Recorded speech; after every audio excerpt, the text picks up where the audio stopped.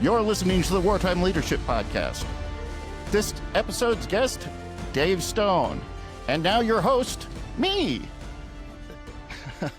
Welcome, comedian Dave Stone. Hey, how's it going, me? Been trying to get this going for a while now, you know? Yeah, I think I dropped the ball a couple of times previously, so hopefully we can get it done today. And Oh, yeah, apologies we had for that. family and retirements and all that fun stuff going on. Yeah. I just had a granddaughter. No way. Yeah, I know. Crazy being Wow. our age. That's crazy. I recently did a dumb stand-up comedy bit about how technically I could be a great-grandfather right now, if you do the math. Because Yeah. long story short, I got into the baby making game at 15 because I was young and irresponsible. I didn't make a baby, but I was, active at 15. Yep. And then just hypothetically, if that spawned a child and then each child after that made the same poor decision at 15, I would be right about now at 48 about to expect a great grandchild. And that blows my mind because I don't even have a child. Yeah, I wasn't expecting, I had my oldest when I was 26. Wow. It wasn't too young, but still, Yeah. I was doing a job that I probably should have been much older to do as a supervisor in the military. So, Yeah. but no, he's in his 20s now, and That's nuts. yeah, thought he'd learned something, but oh Yeah. well, she's great, happy, healthy, adorable. Oh, that's good. For our listeners and watchers and all those people out there, there is a format to the show. We're going to throw a little curveball because it's Halloween. I know it's Dave's favorite holiday. Absolutely. Big fan. What are we doing this year? What I do every year, I'm too old to go out and really partake in festivities, so I just love being at home with my wife, with a couple of movies. We actually start celebrating September 1st, so we get 2 Nice. full months, and then I kind of curate a movie playlist as far as what we need to watch this season.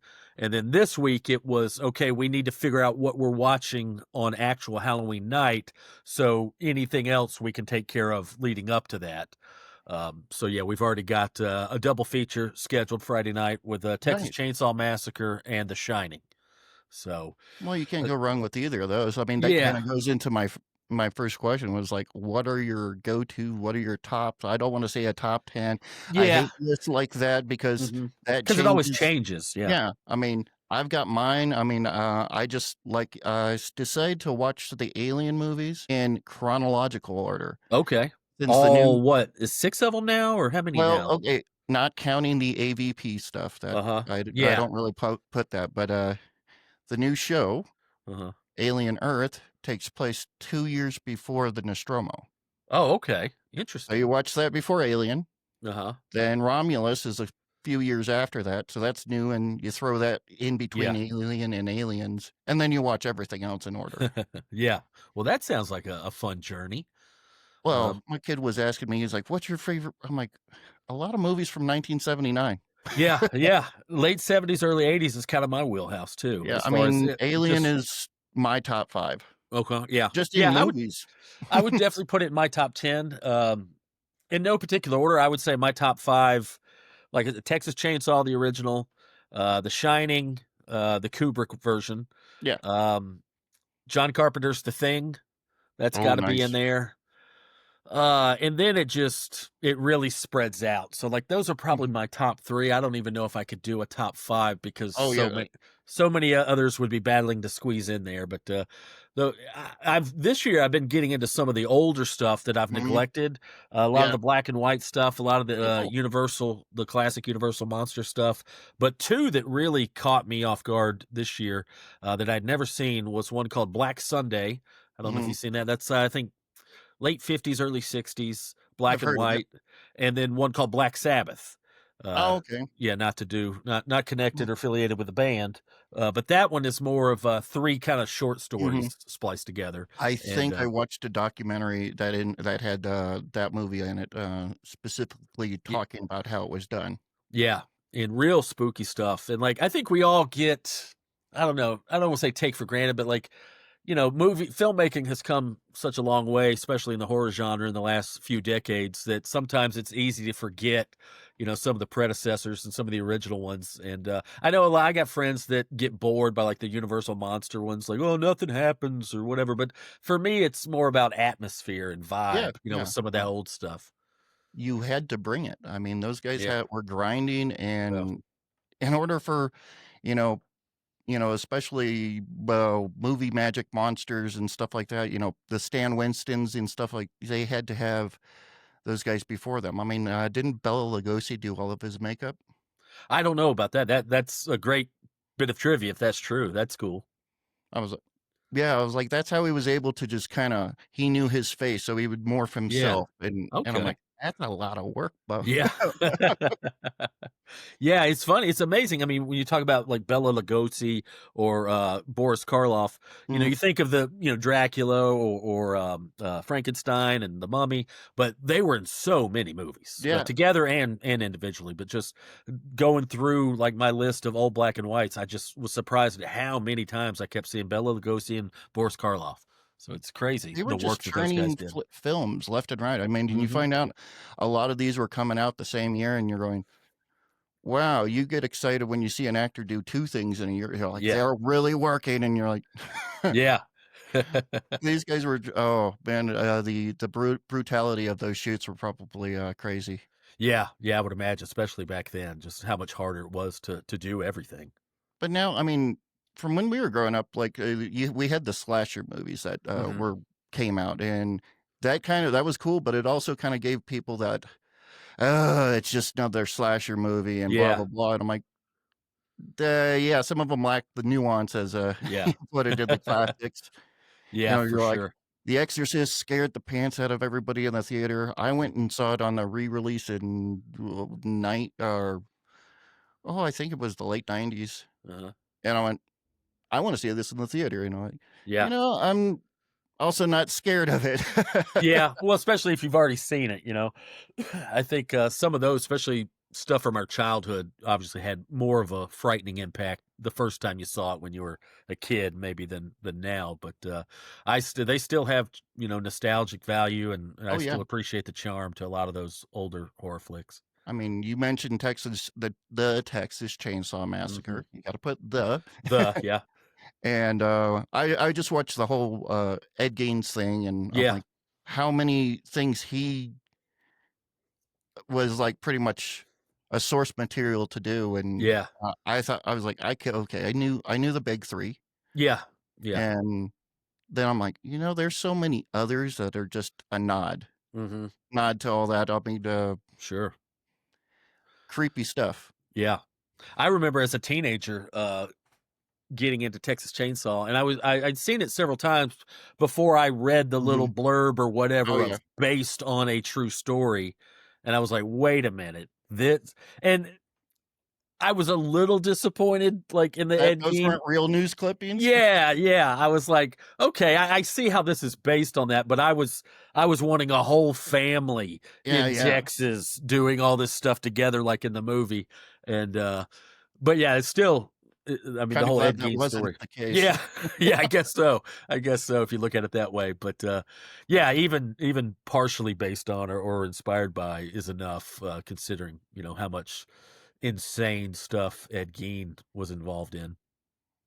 No, I mean, and I did catch that you guys, you and the missus, did you guys get to talking about that? I hadn't finished the episode. Yeah, I think so. Yeah, yeah, we talked about that on the last episode of the Stonebergs. We watched the whole series, and I enjoyed the series, but I like think Charlie did. Yeah, a sorry. lot of those Netflix things that are 8 episodes, I feel like even the Ed Gein thing could have been 4, you Oh, know? definitely. And There was, that final episode, you saw the yeah, whole series. I enjoyed the whole thing, but that final episode where it felt like the director lost a bet to a buddy, and it's like, "Okay, well, now you gotta figure out how to put a dance sequence in this Ed Gein show." It just seemed like a weird fever dream. that's commonplace right now, it seems. Mhm. They're like, hey, it's creepy, it's bloody, it's got violence and nudity, all that stuff. Let's put a dance number in it. Yeah, yeah, I Why? just thought that Because was it's bizarre. popular. Yeah. I thought that was so bizarre, but whatever. And then, I enjoyed it. yeah, and then all his fantasizing of all the serial killers coming up Mhm. and like shaking his hand. It's like, Yeah. Yeah, and I mean, and I think and as a horror fan, I always feel like I brush up against that line of like, well, fictional horror is one mhm, thing, but then when you start to delve into true crime, yeah, like I'm always a little reluctant, I'm a like, okay, stickler. as long as let's not glorify this. This Yeah. guy, he's infamous, not famous. Mhm. There's a difference. And I think sometimes people forget that, like, oh, who's your favorite serial killer? Like, yeah, I don't have a favorite. Like, No, who's your favorite rapist? Like, what are you talking about? Like, I appreciate the fictional horror that a lot of this stuff has inspired, but like, let's be careful not to glorify or idolize these guys like they're yeah, I love how they people achieve go, something good. Bundy was so smart. I'm like, no, Yeah. he just didn't have the technology. He would have been Yeah. caught in day one Yeah. nowadays. Yep. But I believe Charlie did a really good job playing Ed. Yeah. I didn't know that guy's name. I knew he was the guy from the only thing I knew him from was Sons of Anarchy. But Okay, yeah, I was very impressed with his performance. check out The Gentleman. He's The pretty good. Gentleman. Okay. Yeah, Guy Ritchie. Okay. Right. Along with the Halloween stuff, and I know Dave, for all those that don't know, and that's probably most of you, Dave has been putting out some cookbooks and stuff like that for several years. Since it's Halloween, Yeah. what candy are we giving out? Oh, candy. Yeah. What are we I handing the kids? I like the classics. I'm a big my two favorites are Kit Kat and Peanut M&M. So Okay. I try to the same way I would never endorse a product on my podcast that I don't use. I try to give out the candy that I enjoy. So usually it's those two. Snickers you can't go wrong with and all that, but the two big ones for me are Peanut M&M and Kit Kat. I was a nougat guy when I was a kid. I've kind Uh-huh. of veered away from that. Uh-huh. Reese's are peanut butter cups. Those are a good go-to. I mean, Yeah. there's Those something are about those are good. the consistency sometimes. I don't like the big cups because Yeah. the ratio. Well, it's the same reason I don't want a double quarter pounder with cheese. Exactly, it It's tastes like, different. hey, do you want more of this thing that's not very good? I like the concept of a Reese's cup, but imagine imagine a homemade version of that where the peanut butter was actual peanut butter. I tried it. If you made me a PB&J sandwich with the peanut butter in the Reese's cup, I'd chase you down and push you in the bushes. Like the chalky. I mean, I get it works with that, but RFK's just going, it's yeah. a bunch of chemicals. Yeah. But like imagine that with real peanut butter, and Oh I've had yeah, that version too, like a I little had fudge shop or whatever. I think we made those in one of my classes in high school, and I'm like, Uh-huh. sweet. But Yeah. it was a messy experiment. Yeah, I bet. Seems like it. No, I like the classics. Even the bag of the miscellaneous, all the small candies that you can get Mhm. that you're like, oh, I haven't had this since I didn't know they made this. Yeah, yeah. Where you never see them outside of the Halloween season. Nobody's buying a big bag of Dum Dums. No. Um, Although I'm I don't mind maybe Dum Dums, but no, yeah. no, perfect portion. Yeah. Yeah. Makes me feel like I'm at the bank. Fair enough. They don't do that much in that anymore. Giving Yeah, out it free seems like it. stuff. Yeah. Of course, I haven't been. I can't remember the last time I went inside a bank. I think that's kind of Um, fading itself out. True. I think I had to get a money order for something, and I'm like, ooh, I do all my stuff online, and my bank is in another state. Yeah. Uh, Times we live in. but yeah, there are times that you're like, you guys can't do this. I mean, you can't just swipe. You can. Yeah. You can. Yep. Okay. Costumes. Are you dressing up, or what kind of stuff were memorable like in childhood? Yeah, I guess I haven't dressed up in a while. My wife Katie's always talking about like, oh, what'd be a great costume this year? What'd be a great costume this year? But we never go out, so it's like, Mhm. well, I mean, as much as I love Halloween, I'm not gonna dress up and sit on my own couch, Just you to know. hang out with the animals, Same. But Some memorable ones for me, I remember I think it was 96. I was a freshman or sophomore in college, and that Beastie Boys song "Sabotage" Oh, yeah. was a huge hit. And I hung out with these two buddies, two real good guys, and one of the guys' dad was a retired Atlanta police officer, and as a retirement gift, they gave him like a detective car to take home and keep. So he had like this '89 Chevy box car, and he had a detachable magnetic uh Oh, siren, cool. lights and Yeah, sirens. yeah. It wasn't like a uniform police car, it was unmarked, but Mhm, he let us borrow that, and he gave us the magnetic lights and sirens get up, and each of us, the three buddies, we all dressed up like the Beastie mhm. Boys in that video, kind of like bad 70s detective uniforms or Nice. outfits. And we rolled up to the party with that. And fortunately, there was a lot of people like out on the front deck, so Mhm. we got the appreciation of our grand entrance. Yeah, So that because was if you just roll in with a car and no one's there to see it, it yeah, kinda exactly. It's negates like the yeah, novelty. you should go out there and see what we pulled up in. But yeah, there was enough people who saw us arrive that made that little stunt worth it. So that was probably the pinnacle of my Halloween costume. Prior to that, it was, elementary school stuff. I was a pirate. One year I was Commando, Okay, Schwarzenegger's yep. Commando. That was fun. But yeah, I haven't done anything too crazy since those years.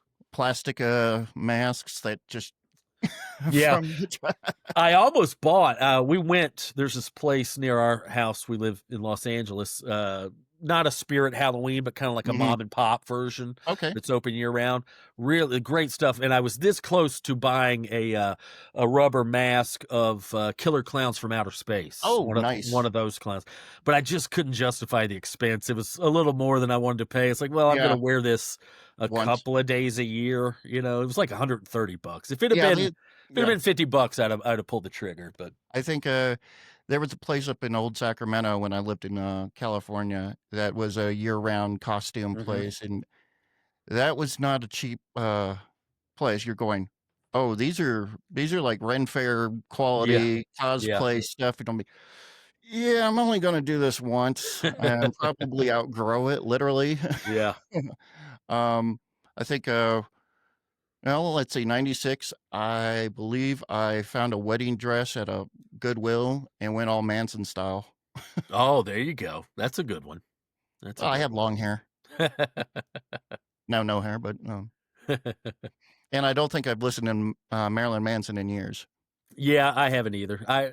I never totally got on board. I was big into that genre when It I was a was phase. 17, 18, 19, but and I didn't purposely avoid him, but it never really stuck the way some of those other bands stuck with me back then. I was a Nine Inch Nails fan, so it was kinda like a, you know, bridge, Yeah, that's a pretty easy segue. But yeah, I definitely think Nine Inch Nails is a little higher quality. and you can tell now. Yeah, a little less gimmicky too. Trent's, putting out and Mhm. I think he's, about, to have, like, the EGOT. Oh, yeah, I can You see never that. would have thought that guy, Yeah. would have Oscars and Tony, you're like, "Wow." Yeah, good for him. He was why I got into making music. Oh, yeah? That's great. Well, I like the production styles. I'm like, Mhm. "Oh, layers and layers and layers." Yeah.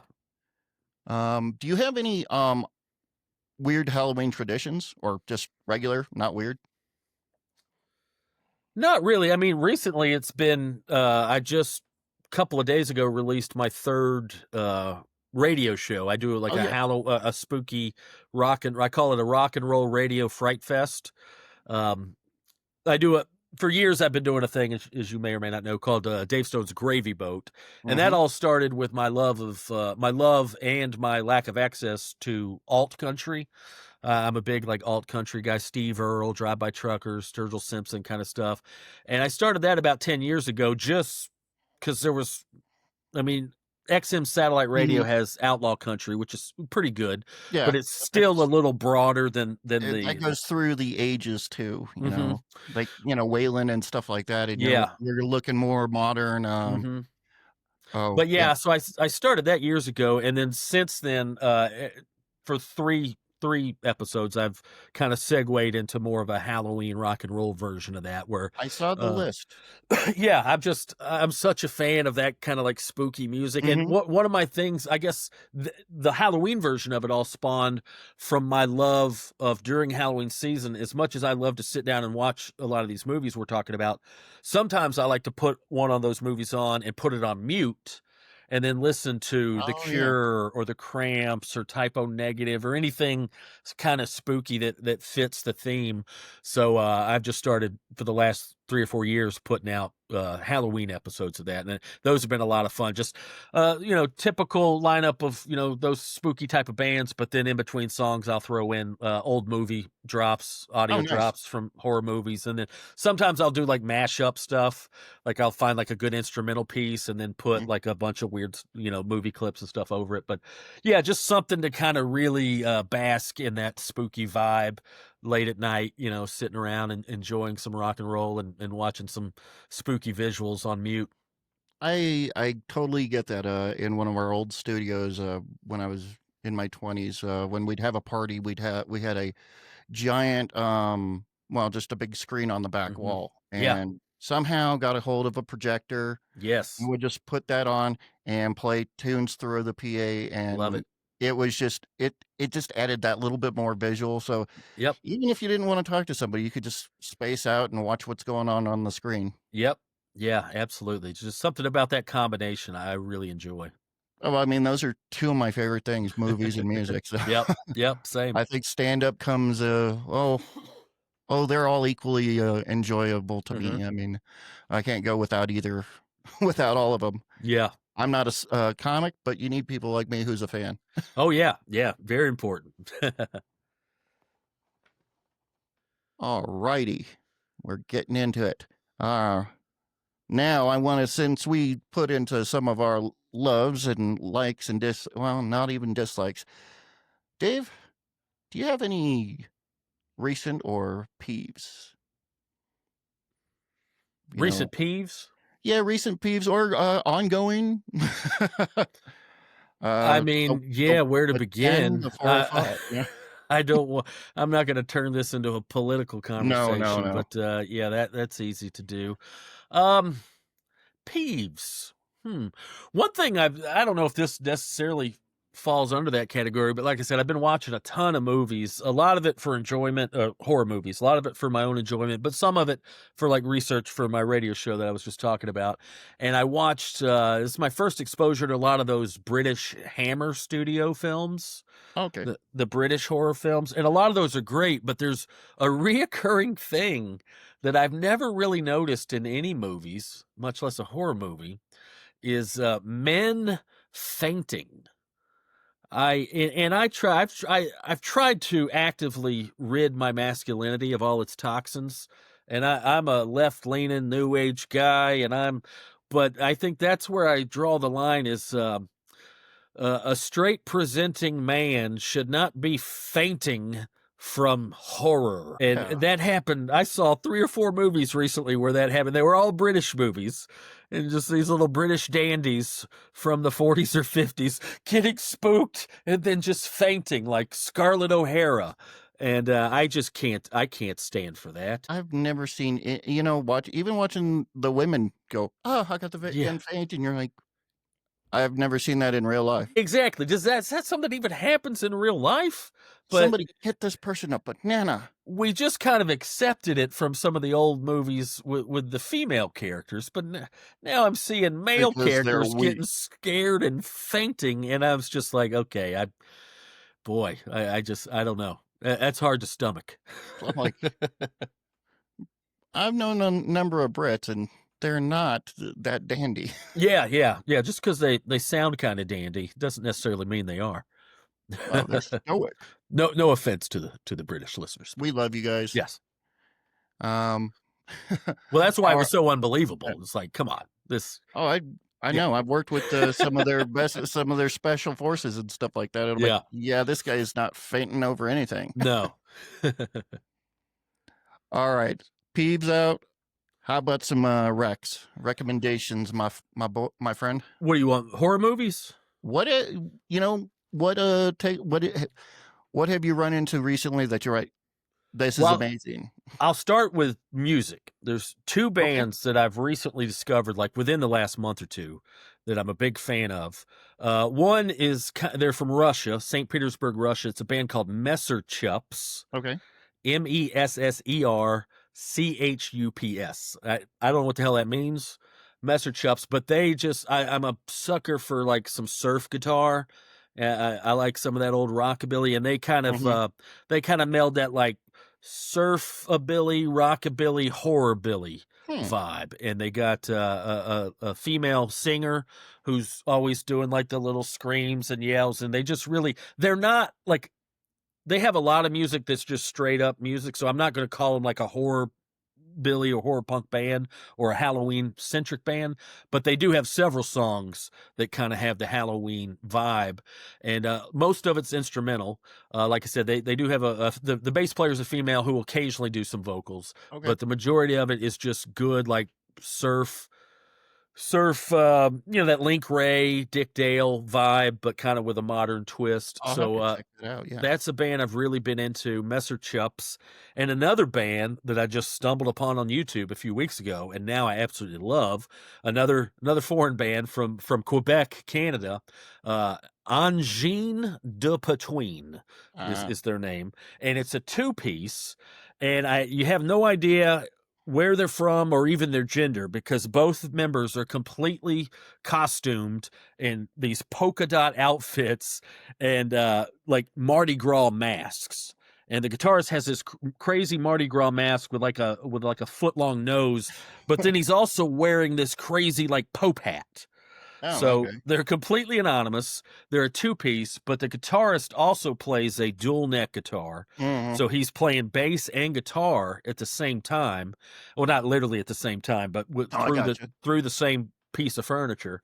And kind of like they do the looping, like kind of like if Yeah. Reggie Watts Yep. played bass and I've seen a guitar. lot of that Yeah. happening lately. So a lot of times he'll start with the bass lines and then he's got the foot pedals and then he'll like record it and then That's loop it. tough. So then the bass line's going and then he'll play guitar over it and the drummer's insane. And it's all instrumental as well.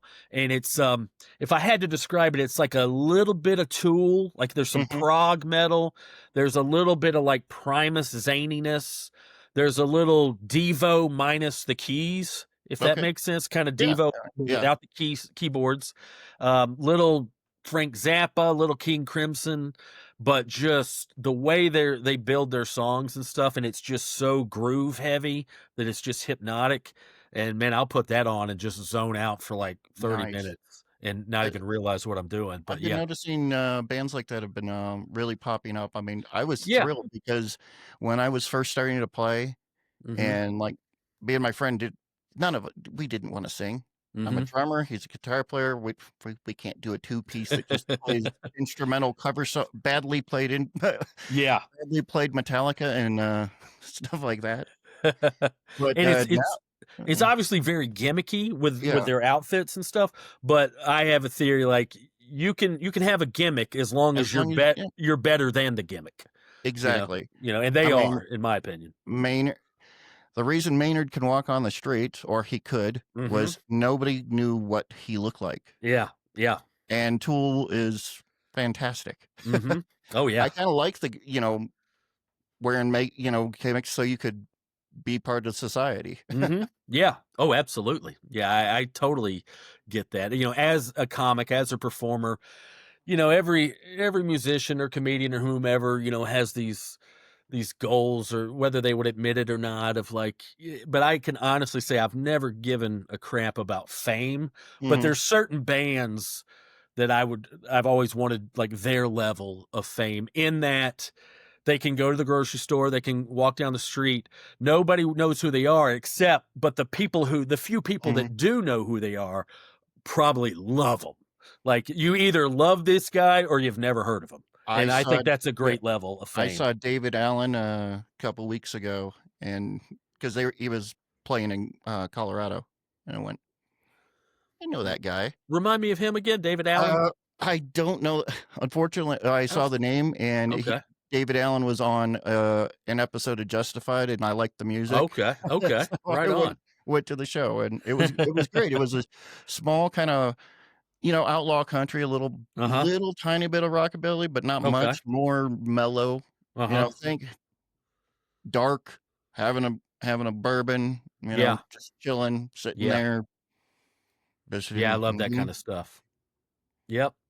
Oh, I love punk rock and all that stuff, but sometimes a nice, like, little chill, Oh, for sure. fantastic. Well, and I think the reason I'm excited about these the Messer Chups, they've been around for a while. I think they put stuff out in the late '90s, so they're one Okay. of those bands that's probably been around for a couple decades that I'm just now learning about. But the other one, Angine du Patouin, uh, I think they're pretty new. And like I said, you can't tell who's under those masks. But if I Mhm. had to guess, they're probably fairly young. So I was kind of proud of myself in that, like, oh, I found like a new, modern, younger band that I can connect with because it's easy How for guys often are our we age. listening to the radio and, Exactly. trying to discover? Yeah, I but know I still do have a yeah, thirst for that. Like I mean, I'm set my ways to a certain degree with my music, but there's still a certain part of me that's always kind of on the lookout for something new and I fresh, like to put whether it on it be a random. new band or an older band I just wasn't Mhm. familiar with. But so I was a little proud of myself of like, all right, good for getting out of your comfort zone and listening to something in this made in this century. Yeah, I completely agree. Another, band that came to, the venue I work at, the Lincoln, had, Andy Frasco? No, man, I'm sorry, Andy. That's it. But he was totally different, Uh huh. so much energy, like jumping up on the pianos and stuff like that. It was just nothing but joy. Yeah. And I don't even know what to really call the genre because it was just good music. Uh huh. It was happy stuff. It wasn't really deep. It was just let's have a good time and Yeah. forget for a while.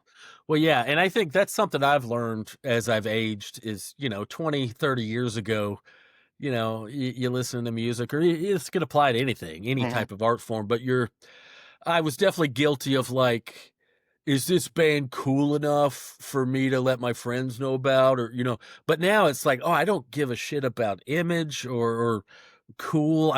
This is what I like. I connect with this for whatever reason, Yeah. and that's good enough. I don't care if what they look like, what kind of clothes they're wearing. Just all I care about is the end product, and that's the music or the art of or whatever format we're talking about. I'll be blasting some Elton John Yeah, at high levels now, and I'm like, I don't care. yeah, yeah. But in high school, I'm like, nope, it's just metal Oh, and yep, and just leather jackets and jean jackets, and yeah. it's Metallica, Megadeth, and Guns N' Roses. And while I respect the commitment of the 50-year-old metalhead who was stuck to his guns, but it's like, hey, bud, you don't want a little variety? There's other stuff out there that might put you in a little better mood sometimes. Oh, it depends. I know some Yeah, people that just calms them down, and I'm like, yeah, hey, mhm, whatever prescription you need to get through the day, yeah, by all means. I stopped telling people or saying, oh, that sucks. I didn't. yeah, I'm yeah, like, I'm not. I don't want to crap on anybody's. yeah. What No do I matter care what you like? no matter what their style is or a Yeah, movie. I watch a movie. I'm like, that wasn't for me. I just mhm, don't because knowing what all goes into it and the people that they yes, put their hard work, and you're like, ugh, that yeah, sucks.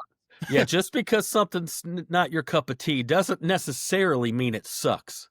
I mean, we were sitting around like Beavis and Butthead, watching music videos, going, ugh, this sucks. Yeah. Yeah, why? Because the guitar's not loud enough, or the guy can Somebody s- actually sing? somebody said it, so it's got to be true. Yeah. I don't know why Nickelback sucks. They seem like nice people. Mhm. Yeah, They're Canadian, of course they're yeah. nice. Yeah, they took a beating for years, the punchline of, many a jokes, but, yeah, even though it's not my cup of tea, I see Mhm. why certain people like it. I can see why and I think that's part of maturing and getting older too. It's like, even Exactly. though it's not for me, I can see why someone else would like Mhm. this, and also accepting the fact like, you hear a 50-year-old criticize Sabrina Carpenter. It's like, yeah, that's not for you. she's not making music for 50-year-old dudes. Sorry. So it would be kind of weird if you did like this a little too much. So it is interesting seeing like 50-year-old punks and stuff like that going Mhm. to Bouncing Souls shows, and yeah. I'm like, but they're not moshing anymore. They're just Yeah. In the chilling out. back. Yep. And I'm like, everyone. Well, the band's also old too. Yeah. It's Yeah, like, exactly. all right, now you're not going to a Descendants show or something like that from like 90. Yeah. Yeah. Or Social Distortion. I know your old colleague was not a fan of them, but I thought they were fine. Oh, I always like Social D. Who are you talking about? Kyle? Yeah, He didn't like Social D? I can't remember. it kind of, maybe not the band, but some of the fans Mhm. at some of the Yeah. shows back in the day. I'm like, I know we both used to play, so Yeah. when you get, it's a little different than just going to the show, and you're like, oh, the fans Yeah. were horrible on us, and you're like, Yeah. oh, that's a different take. Yeah, what is he? He's got a saying, "Fans ruining the band," and yeah, maybe Social D falls into that. I know he thinks that way about Tool. Oh, okay. I think he has a respect for Tool's music, but like he's like, ugh. I think he went to a show one time or something. It was just like, yeah, these fans are ruining the band for me. I always But thought it was just a crazy visual. I oh yeah, always loved bands that would bring everything, and you're like, oh, you had an sure. experience. Oh yeah, yep. Yeah, that's some of my favorite stuff. hmm Speaking of Kyle, saw him a couple weeks ago. Did a Yeah, great show. that's Did a great great. show. Good to hear. Um, Yeah, I he's like his pretty first good. thing. Yeah, first thing he comes on, he's like, I did not expect this from Wyoming, because the venue is a nice old classic theater. Uh-huh. It was pretty much packed. And he's like, Uh-huh. oh, you guys came. Yeah. Like, Was this in Cheyenne? yeah, it was in Yeah. Cheyenne. You know where you were at that Railhead place? Well, the Mhm. Lincoln Theater was right down the street from there, Okay. and that's mainly a music venue. Okay. So I think Kyle might have been the second comedian they've had. Yeah, he So, likes that vibe. He prefers, a rock club over a comedy club, most times. mhm. I As like do them I. both. As do I, I know I love a comedy club too, but there's pros and cons to both venues, but sometimes comedy clubs go a little over the top with just the cheese element of comedy, like I don't know. I think I've still got PTSD from some of the venues I started in, where I started in a chain of comedy clubs called the Comedy Zone, and Oh, I've heard of them. oh god, and there was dozens of them throughout, mainly in the Southeast, some in the Mhm. Midwest, but they all had the same opening pre-recorded, "Are you ready for the funniest night of your life?" And then it kicks into literally jock jams, Oh, yay. and it's like, I'm not gonna match that tone. If you're coming to see me, I'm not gonna give you Jock Jam's version of comedy, so I don't know why they're shoving that down everybody's throat to set the tone, but yeah, I've experienced way too much of that at certain comedy clubs. That's why I do like a good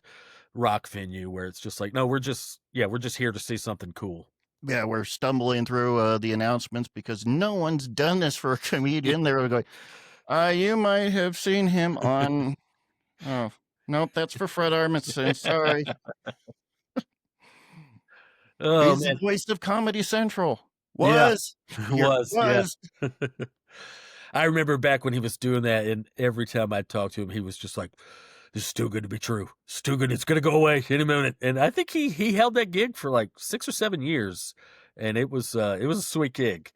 He would record. They would just send him. He would do it at home. They would send him his scripts, and he would record them and send them over, and then they'd send him a big old fat check. So that was a sweet gig while he had You it. can't complain about that. I mean, that Yeah. is voiceover work at your home is Oh, fantastic. absolutely. I wish I could do that. Just give me a job, somebody. Yep. No, I'm happy being behind and editing and producing. It's much more better for my anxiety. Yeah. Well, good for you. Now, Dave, I know you got a hard out in a few minutes. Really, thank you for coming on here. Sure. I would be remiss if I didn't ask you the one question that gets asked on this show. How would you define spiritual resilience?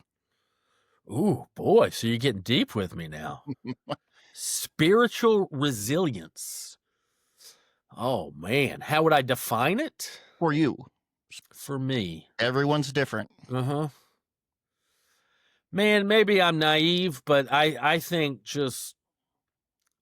good things happen to good people, and I'm a big fan of the golden rule, you know. And I grew up a Christian. I grew up Mhm. very religious. I am not very none of that anymore. I still respect people. You know, whatever you need, to guide you through life, or not guide, but anything that can draw inspiration. The world is tough enough. Life is tough Oh, yeah. enough that you draw inspiration from where you can get it. But I've always just had a steadfast belief of like just try to do the right thing without anything in return.